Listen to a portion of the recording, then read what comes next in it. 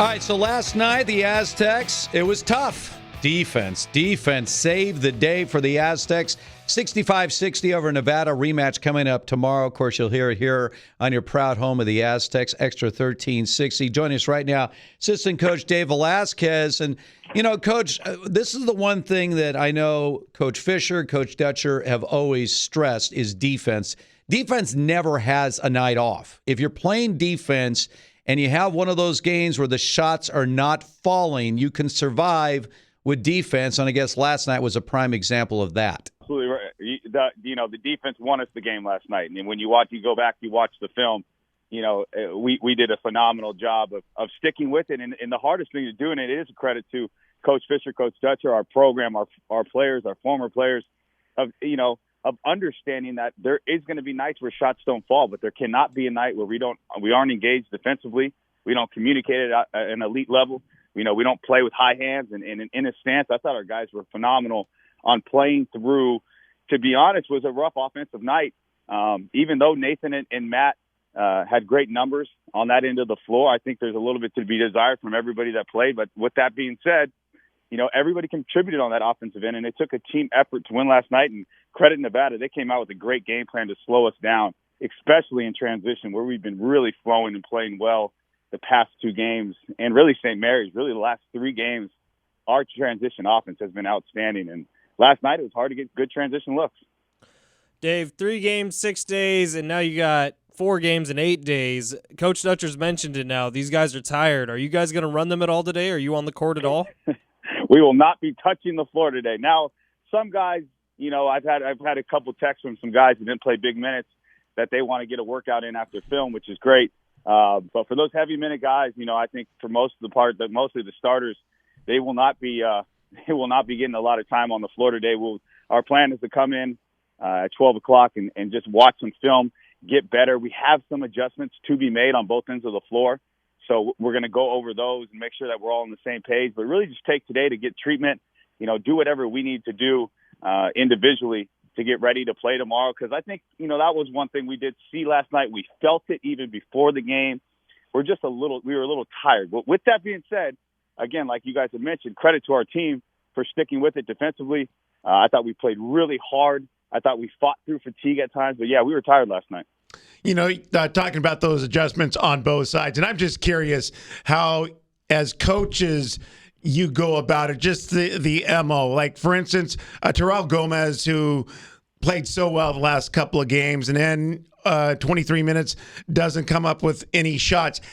Just in general, how do you get a player to go from what he didn't do last night to get him back on track?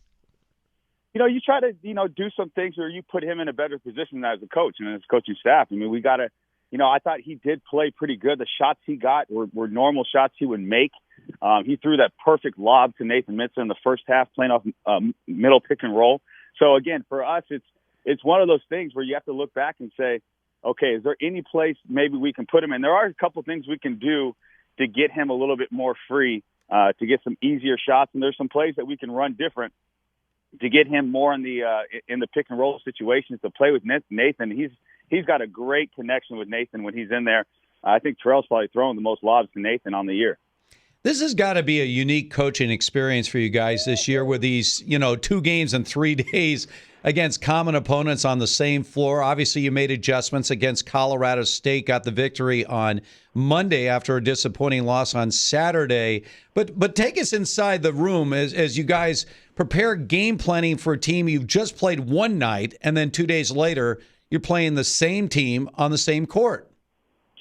Yeah, I mean, to me though, it's fun. I like it. I think it reminds me a little bit of the NBA playoffs when you watch and there's just game 1 and then you go into the film room and it becomes a chess match for game 2, and there is a familiarity. The one thing you don't have to spend as much time doing is going over personnel. Who's number 11 on their team, who's 15.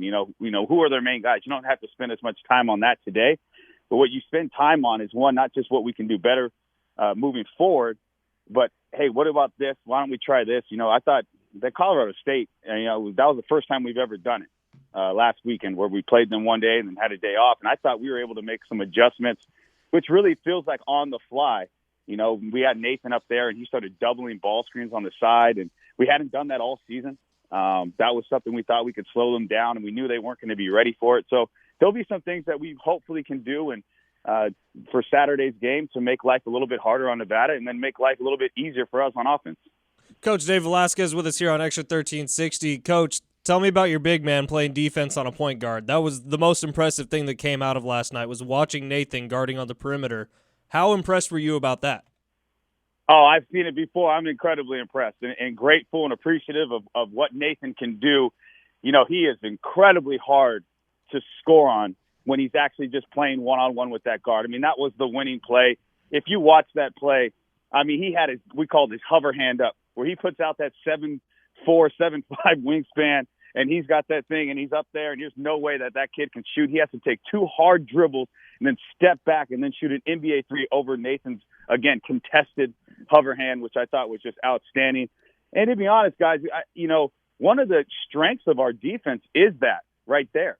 And I thought Joshua has done a pretty good job over this year with us being able to sit down and guard point guards. And, the one game we could all look back on, I thought we did a phenomenal job against Arizona State, is where it really showed us, okay, these guys are different than usual big men.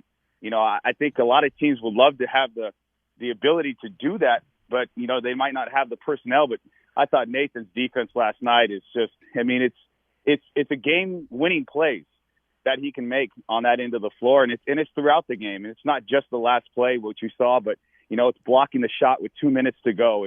He does so many things that are just, you don't take for granted, and you continue to get him better and just continue to put him in positions to be successful.